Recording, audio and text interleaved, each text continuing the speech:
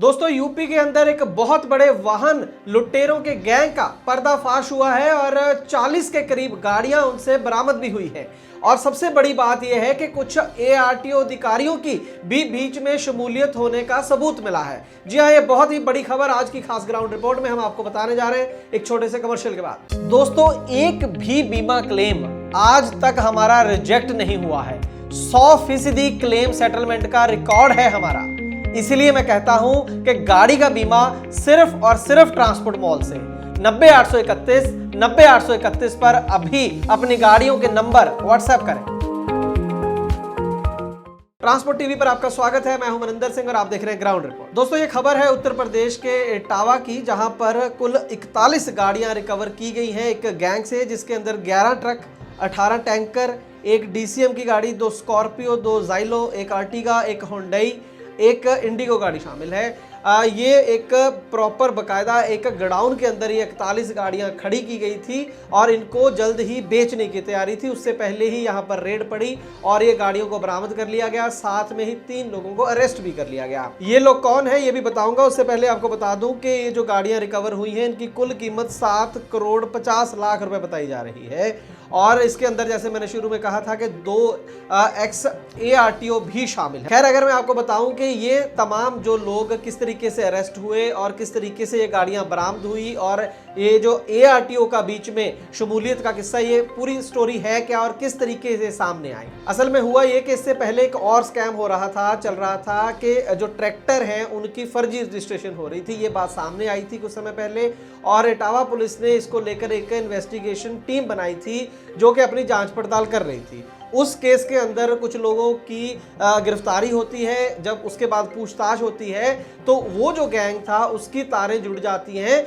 ये वाले गैंग से, जो कि गाड़ियों को लूटने का काम करता था और उसके बाद उनकी फर्जी रजिस्ट्रेशन कराकर उनको बेचने का काम करता था। उन लोगों ने बताया, जो उस केस के अंदर जो फर्जी आरसीओ वाले केस के अंदर कुछ लोग जो अरेस्ट हुए थे, उन्होंने बताया कि एक गोडाउन है जिसके अंदर 40 से ज्यादा वाहन इस समय भी खड़े हैं और तमाम जो वाहन हैं वो चोरी के वाहन हैं। और बकायदा उन लोगों ने इस गोडाउन की लोकेशन भी बता दी। लॉयन सफारी है वहां पर कोई, उसके पास में ये गोडाउन था जहां पर ये गाड़ियां खड़ी हुई थी।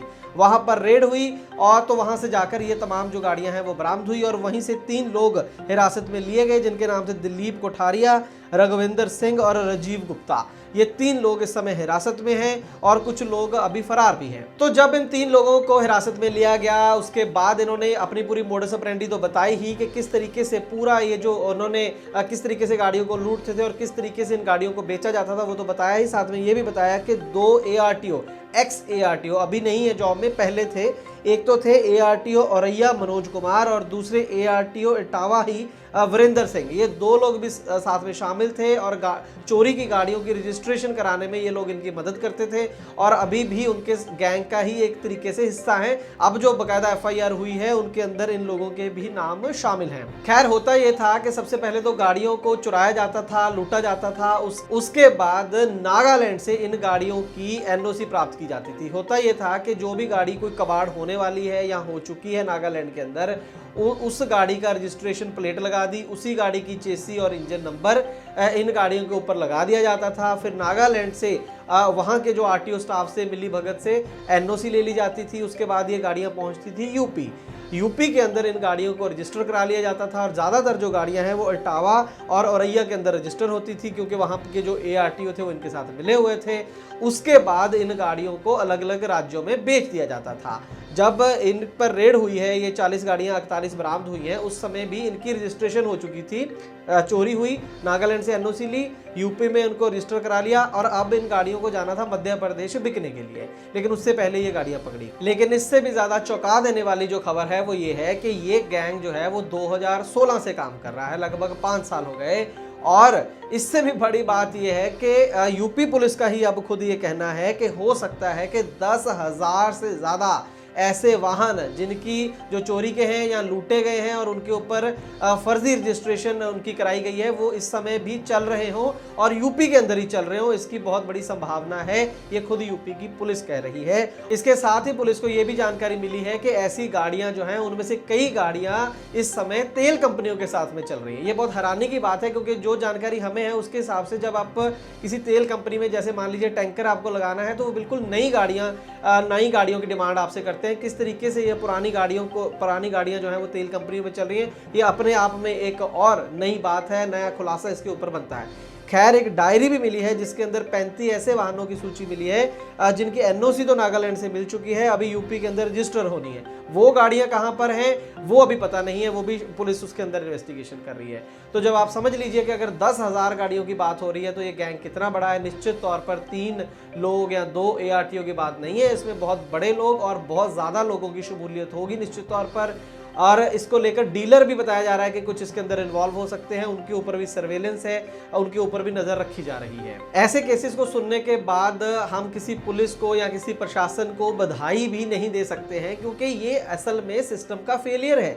आपने पूरे जो RTO हैं देश भर के उनको कंप्यूटराइज्ड कर दिया, सारी RCs कंप्यूटराइज्ड कर दी, लाइसेंस कंप्यूटराइज्ड कर दिए, हाई सिक्योरिटी रजिस्ट्रेशन प्लेट्स लगा रहे हैं आप तमाम गाड़ियों को। बावजूद इसके इतने बड़े स्तर पर गाड़ियां चोरी भी हो रही हैं और आराम से रजिस्टर भी हो रही हैं और बिक भी रही हैं और आपको पता भी नहीं चल रहा।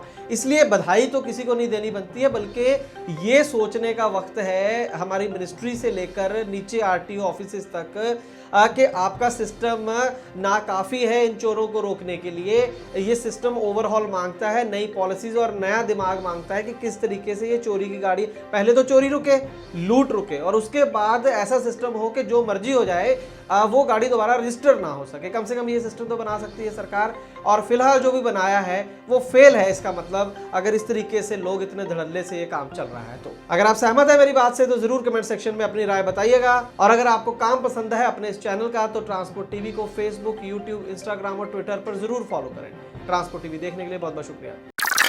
दोस्तों अगर आपकी गाड़ी का बीमा खत्म हो चुका है और नए बीमे के लिए इंस्पेक्शन की जरूरत है तो ट्रांसपोर्ट मॉल को संपर्क करें। खर्चा तो कम होगा ही, देश के किसी भी कोने में आपकी गाड़ी हो हमारा सर्वेयर वहां पर पहुंच जाएगा। इसीलिए मैं कहता हूं कि गाड़ी का बीमा सिर्फ और सिर्फ ट्रांसपोर्ट मॉल के प्लेटफॉर्म से 90-831 पर अभी अपनी गाड़ियों के नंबर व्हाट्सएप करें।